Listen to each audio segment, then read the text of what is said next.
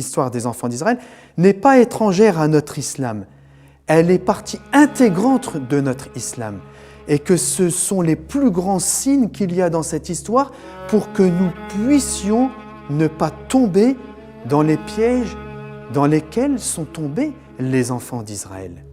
Et que ceci, mes frères et mes sœurs, est terrible parce que cela fait de l'histoire des enfants d'Israël notre histoire aujourd'hui.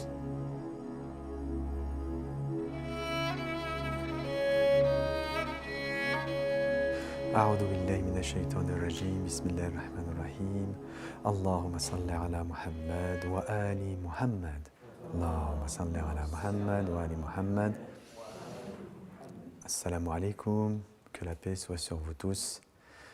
Chers frères et sœurs qui nous suivez, c'est un plaisir pour moi de vous retrouver après une petite semaine d'absence, puisque la semaine dernière, nous n'avions pas fait d'analyse avec les événements qui ont eu lieu. Et je reviens vers vous avec le sujet de Pharaon sur lequel nous nous étions arrêtés. Alors je reviens sur cette histoire, puisque, comme nous l'avions vu précédemment, Pharaon, on a montré un petit peu à travers les versets du Coran quelle était la nature profonde qu'il cachait en lui et qui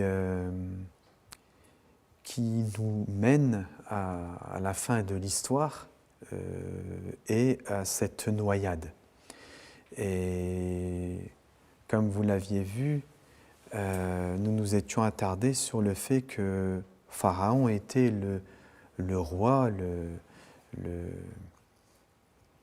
le souverain d'une nation. Elle gouvernait sur tout un ensemble de peuples. Et il avait entre les mains une grande civilisation, dans tous les domaines que ce soit, et pour cela il suffit de faire des recherches, et puis le Coran nous le dit explicitement aussi. Regardez ceux qui sont passés avant vous et qui étaient encore plus puissants que vous, etc.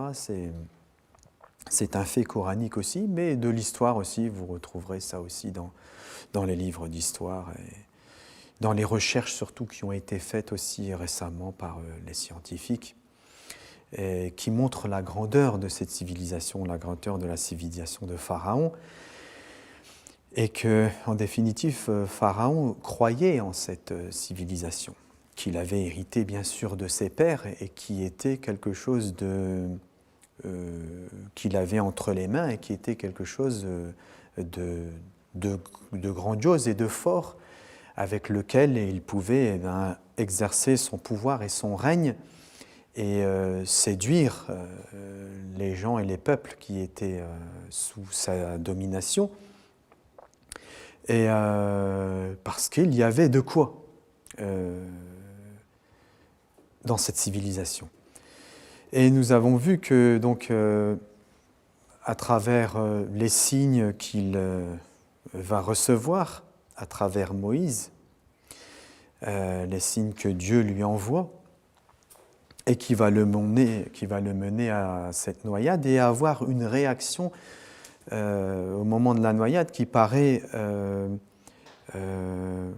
extraordinaire, c'est-à-dire ça n'est pas pensable de la manière dont il est exprimé par le Coran, parce que le Coran le dit tout simplement que nous allons te sauver. Donc bien sûr, lui dit qu'il croit en ce en quoi ont cru les enfants d'Israël, au Dieu de Moïse et de Haroun, et qu'il est un musulman. Et donc Dieu, suite à cette déclaration, lui dit « Nous allons te sauver avec ton corps ». Et donc, la manière dont nous l'entendons à travers le récit du Coran, c'est que Dieu le sauve parce qu'il est devenu un musulman et parce qu'il a atteint le niveau de la foi. Mais que son expérience, l'expérience de sa vie et de ce en quoi il croyait, c'est ça qui le mène à cette déclaration à la fin de sa vie, au moment de la noyade, de déclarer qu'il croit en Dieu, au Dieu des enfants d'Israël et de Moïse et de Haroun, et qu'il est un musulman. Donc il avait une nature, tout ça pour dire tout simplement que Pharaon avait une nature profonde, enfouie bien à l'intérieur de lui, qu'il cachait, peut-être qu'il réfutait, à laquelle il n'était pas attentif, mais qui était là en lui et qui ressort à la fin et qui lui fait faire cette déclaration. Et c'est cette nature profonde-là, nature qui était en lui, qui est importante en fait dans cette histoire, au-delà de tout ce qu'il a pu faire effectivement à l'extérieur et les crimes qu'il a pu commettre. Et pourquoi je vous dis ça et pourquoi je vous rappelle ça? Parce que tout simplement, j'aimerais revenir avec vous maintenant sur la nature des enfants d'Israël. Quelle était la nature des enfants d'Israël pour que eux, à la fin, contrairement à Pharaon, eux, à la fin, ils adorent le veau d'or. Donc, cela paraît contradictoire. On regarde l'histoire de Pharaon, il a fait du mal, il a tué des femmes, il a tué surtout des enfants, etc., etc. Et à la fin, il croit. Donc, quelle était cette nature qu'il avait en lui pour qu'à la fin, il croit? Alors que les Banu Israël, eux, apparemment, ils attendent le Sauveur. Et quand Moïse arrive, ils croient en Moïse, ils suivent Moïse, Moïse les libère. Et pourtant, Moïse part 40 jours à la montagne, et eux, ils se retrouvent à adorer un veau d'or. 40 jours, il leur a suffi uniquement de 40 jours pour adorer ce veau d'or. Alors, quelle était cette nature qu'ils avaient et qu'ils ont sûrement nourrie et qu'ils nourrissaient aux côtés de leur foi apparente en Moïse et au Dieu unique, et qui fait qu'à la fin, ils arrivent à cette finalité-là et à ce résultat-là. Alors, je vais juste vous réciter, vous dire quelques versets du Coran, deux versets du Coran. Vous rappelez deux histoires à travers les versets du Coran, et qui montrent un petit peu quelle était la nature des enfants d'Israël. Alors bien sûr, ici, je ne reviens pas avec vous, je me suis attaché à rester dans l'époque de Pharaon et de Moïse, et de l'histoire donc des enfants d'Israël avec Moïse, quand Moïse est là. Je ne reviens pas sur l'histoire des enfants d'Israël avant Pharaon, parce qu'elle commence avec Jacob, Youssouf, etc. Vous connaissez toute cette histoire.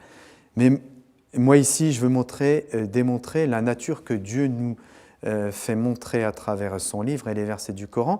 Et pourquoi il nous raconte ces histoires-là? Parce que, comme vous le savez, l'histoire des enfants d'Israël, ça c'est des choses que j'ai déjà pu dire, mais j'insiste dessus, que nous avons déjà pu dire, j'insiste dessus. Chaque détail, chaque histoire qui est contée dans le livre, elle a un but précis. Donc l'histoire des enfants d'Israël, si vous regardez les histoires ou l'histoire qui est en dehors du Coran, si vous regardez cette histoire-là, vous allez trouver plein de détails, beaucoup plus de détails peut-être que ce qui y est dans le livre de Dieu.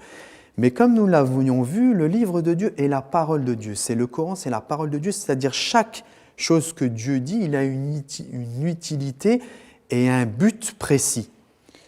Et il nous raconte des histoires. Quand Moïse il est avec son peuple, ce qui se passe.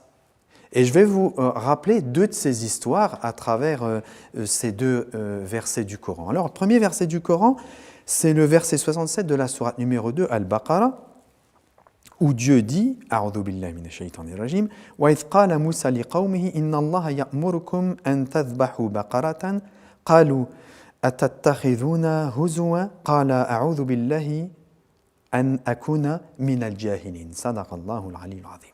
Alors je rappelle juste le verset, le contexte du verset, et vous allez voir, et ceux qui veulent revenir sur l'histoire de ce verset, et cette histoire-là précise, ils n'ont juste qu'à reprendre ce verset-là et lire les versets avant et après. Lorsque Moïse dit à son peuple, « Certes, Dieu vous ordonne d'immoler une vache. » Ils dirent, « Nous prends-tu en moquerie?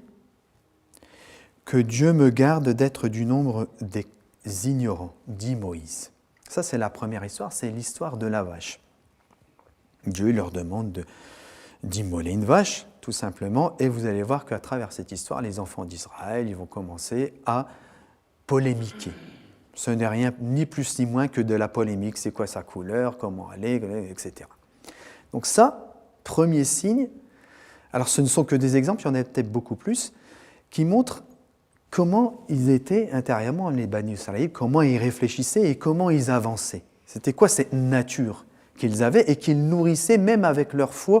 Et c'est ça qui est important, vous allez voir avec la chute, c'est ça qui est important avec Moïse, parce qu'ils sont avec Moïse. Deuxième verset. Alors le verset 61, toujours sourate numéro 2, la Génisse. Un verset un petit peu plus long. A'udhu billahi minash shaitanir rajim. وَإِذْ قُلْتُمْ يَا مُوسَى لَنْ نَصْبِرَ عَلَى طَعَامٍ وَاحِدٍ فَادْعُ لَنَا رَبَّكَ يُخْرِجْ لَنَا مِمَّا تُنْبِتُ الْأَرْضَ مِنْ بَقْلِهَا وَقِثَّائِهَا وَفُومِهَا وَعَدَسِهَا وَبَصَلِهَا قَالَ أَتَسْتَبْدِلُونَ الَّذِي هُوَ أَدْنَى بِالَّذِي هُوَ خَيْرٌ اهْبِطُوا مِصْرًا فَإِنَّ لَكُمْ مَا سَأَلْتُمْ وَضُرِبَتْ عَلَيْهِمُ الذِّلَّةُ وَالْمَسْكَنَةُ وَبَاءُوا بِغَضَبٍ مِّنَ اللَّهِ ذَلِكَ بِأَنَّهُمْ كَانُوا يَكْفُرُونَ بِآيَاتِ اللَّهِ وَيَقْتُلُونَ النَّبِيِّينَ بِغَيْرِ حَقٍّ ذَلِكَ بِمَا عَصَوْا وَكَانُوا يَعْتَدُونَ صدق الله العلي العظيم. Ce verset aussi, et vous allez voir, il est très explicite. Et quand vous dites « Ô Moïse », ça, c'est l'histoire en réalité avec la manne et la caille qui descend du ciel. Et ils ne veulent pas de cette nourriture qui vient du ciel. Ils veulent une autre nourriture, les enfants d'Israël. Et quand vous dites « Ô Moïse », nous ne pouvons plus tolérer une seule nourriture. Une seule nourriture, c'est-à-dire la manne et la caille. Hein. Prie donc ton Seigneur pour qu'il nous fasse sortir de la terre ce qu'elle fait pousser. De ses légumes, ses concombres, son ail ou blé, ses lentilles et ses oignons. En fait, en gros, hein, avant de terminer le verset, eux, ils ont suivi Moïse, ils croient en Moïse, soi-disant, ils croient au Dieu unique, qui les a fait sortir de la terre de Pharaon, où, sur la terre de Pharaon, ils avaient une certaine nourriture, ils mangeaient sur la terre de Pharaon, ou dans le royaume de Pharaon, il y avait nourriture, il y avait richesse, il y avait beaucoup de choses. D'ailleurs, je vous dis comme ça, juste entre guillemets, ne pensez pas, comme on a pu nous le raconter, que les enfants d'Israël étaient des esclaves. C'était un peuple. Le Coran ne dit pas que c'était des esclaves. C'est vrai, ils subissaient une certaine injustice, de l'oppression, etc. Il n'y a pas de doute là-dessus. Mais c'était un peuple qui avait ce qu'il avait et qui jouissait de ce qu'il jouissait dans la terre et dans le royaume de Moïse. Alors en gros, ce qu'ils demandent, ils ont toujours recherché à être libérés et à vouloir suivre Moïse et à être nourris spirituellement, etc., à se sauver de l'oppression. Et puis en fin de compte, quand Dieu les récompense de la manne et de la caille, eh bien, eux, ils veulent revenir à leur ancienne nourriture, celle qu'ils avaient auprès dans le royaume de Pharaon. Et puis ils demandent, on veut des lentilles, on veut des oignons, comme s'ils étaient en manque de cette nourriture-là. Ils veulent revenir à l'ancienne époque. Il vous répondit, donc je poursuis le verset, il vous répondit, vous voulez échanger le meilleur pour le moins, pour ce qui est moins, pour le moins bon, descendez donc dans n'importe quelle ville. Alors, ouais, c'est traduit, descendez donc dans n'importe quelle ville, mais ce n'est pas ça que c'est dit en langue arabe. Ehbitu Misra, ça veut dire descendez vers l'Égypte, Misra. Vous y trouverez certainement ce que vous demandez. L'avilissement et la misère s'abattirent sur eux. Et ils encoururent la colère de Dieu. Cela est parce qu'ils reniaient les révélations de Dieu et qu'ils tuaient sans droit les prophètes. Cela parce qu'ils désobéissaient et transgressaient. Vous avez vu tout le nombre de défauts que Dieu dit et leur attribue et qui fait partie de la nature des enfants d'Israël. Et que cette nature-là, alors avant d'arriver à la montagne, quand Moïse va les laisser 40 jours, donc là on est sur le chemin. Et sur le chemin, ils ont un certain comportement, ces enfants d'Israël. Et ils montrent par ce comportement qu'en réalité, ils n'ont pas changé. Ils disent verbalement avoir la foi en Moïse, mais mes frères et mes sœurs, si quand vous avez la foi en un prophète, en un Dieu, vous suivez ces signes, vous désobéissez, vous faites des erreurs peut-être. C'est vrai, on est tous des hommes et on fait des erreurs. Mais là, eux, ils alimentaient une nature mauvaise qu'ils avaient en eux et qu'ils joignaient à leur foi en Moïse. En gros, ils faisaient de l'idolâtrie. Et ils voulaient la foi, ils voulaient Moïse, ils voulaient apparemment suivre le Sauveur et le Dieu unique, mais ils voulaient rester dans leur ancienne foi, croyance terrestre, leur nourriture qu'ils avaient et la nature qu'ils avaient et tout ce qu'ils avaient. Ils ne se sont pas séparés de cela, alors que la foi, mes frères et mes sœurs, elle implique un changement, un renouveau et de se dénuer de tout ce que l'on a. Et eux, ils n'étaient pas prêts à se dénuer de ce qu'ils avaient, parce qu'ils voulaient revenir à leur ancienne vie, en gros. En gros, c'est comme s'ils ont suivi Moïse, et puis après, ils se rendent compte qu'ils préféraient la vie d'avant. Donc, ils n'avaient pas véritablement la foi en ce Moïse, en ce prophète, en Moïse et Aaron, et en ce Dieu unique. Alors, ils arrivent sur cette terre bénie, et Moïse part et laisse son frère Aaron avec les enfants d'Israël. Et il part 40 jours. Et qu'est-ce qu'ils font pendant ces 40 jours? Le Saméri va les détourner, et puis, étant donné qu'ils ont la nature qu'ils ont, il n'a pas eu trop de mal, le Saméri, à les détourner, parce que franchement, en 40 jours, ça a été très rapide. Et il les a induits, il les a conduits plutôt à adorer le veau d'or. Ils ont fait un veau d'or, et puis ils ont adoré ce veau d'or. Alors la question que nous nous étions posée, et qui était vraiment perturbante, parce qu'elle va à l'encontre de ce qu'on a pu penser. Parce que ce que l'on pense au début, c'est que Moïse est parti. Quand il lui dit « va vers Pharaon », Dieu lui dit « va vers Pharaon » avec la première rencontre et l'arbre, etc. Et qu'il l'envoie vers Pharaon, et pour libérer le peuple d'Israël, on a l'impression, les peuples des enfants d'Israël, on a l'impression que Dieu envoie Moïse pour sauver le peuple d'Israël. Et c'est vrai, il y a une certaine libération parce qu'il les libère du joug et de l'oppression de Pharaon. Mais en fin de compte, ce qu'il se passe, c'est vrai, ils ont été libérés. Mais ont-ils vraiment été libérés dans le sens spirituel et dans le sens de la foi? Parce que s'ils avaient été libérés, cette histoire ne les aurait pas conduits à la fin à adorer le veau d'or. Alors que Pharaon, que apparemment nous pensions que Moïse n'était pas là pour guider et pour que les signes s'adressaient à Pharaon, lui, à la fin, il croit. Lui, à la fin, il se déclare musulman. Alors, c'est quoi cette histoire, mes frères et mes sœurs? Moïse est venu sauver qui? Il est venu sauver Pharaon ou il est venu sauver les enfants d'Israël qui, à la fin, adorent le veau d'or?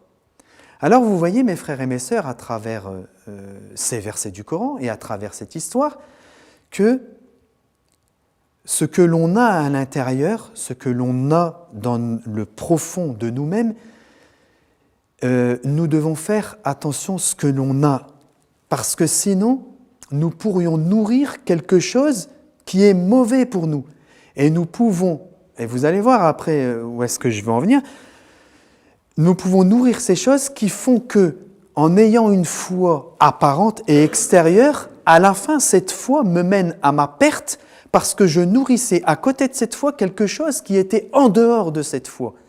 Alors que Pharaon, qui nourrissait les plus grands excès, lui avait quelque chose à l'intérieur qui, à la fin, le conduit à déclarer sa foi et son islam.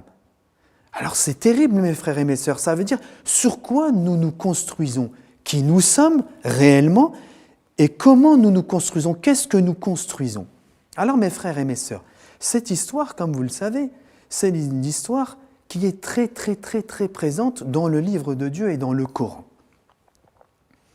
60%, 55%, je ne sais pas combien de pourcents.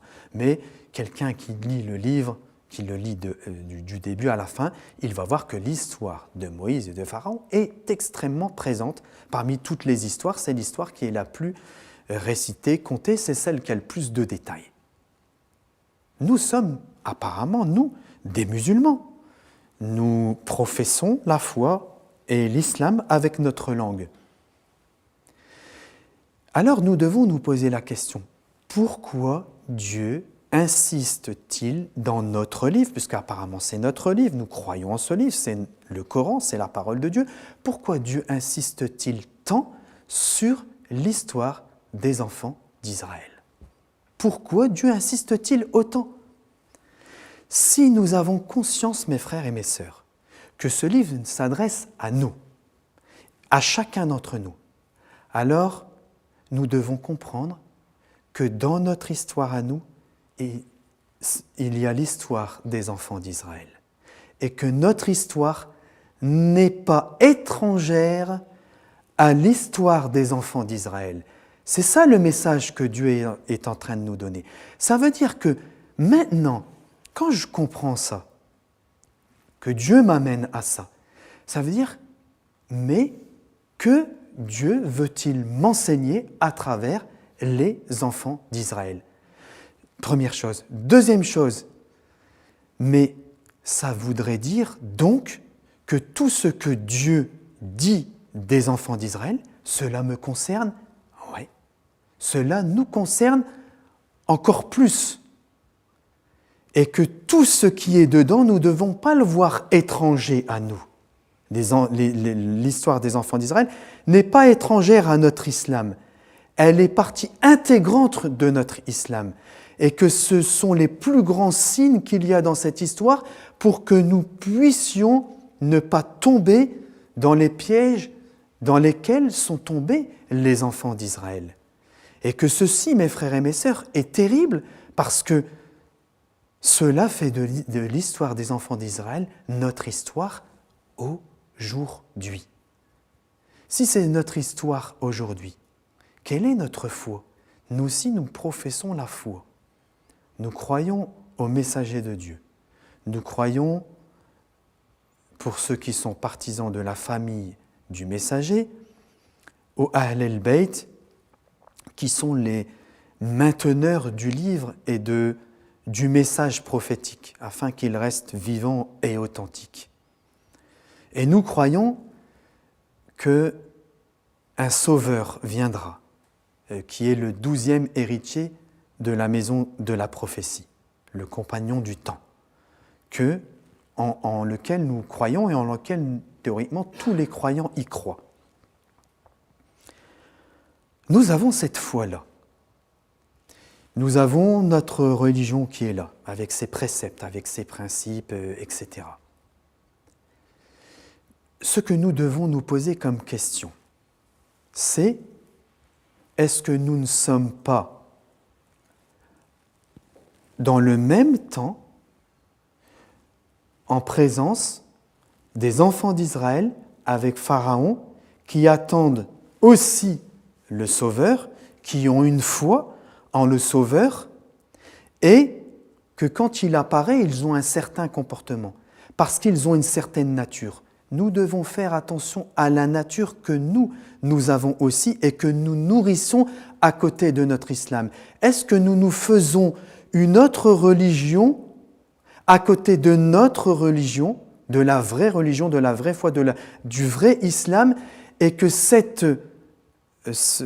nourriture et cette chose que nous nourrissons à travers la profession apparente d'un islam, n'est-elle pas en train là de nous détourner du vrai chemin et de nous faire le mauvais choix à la fin?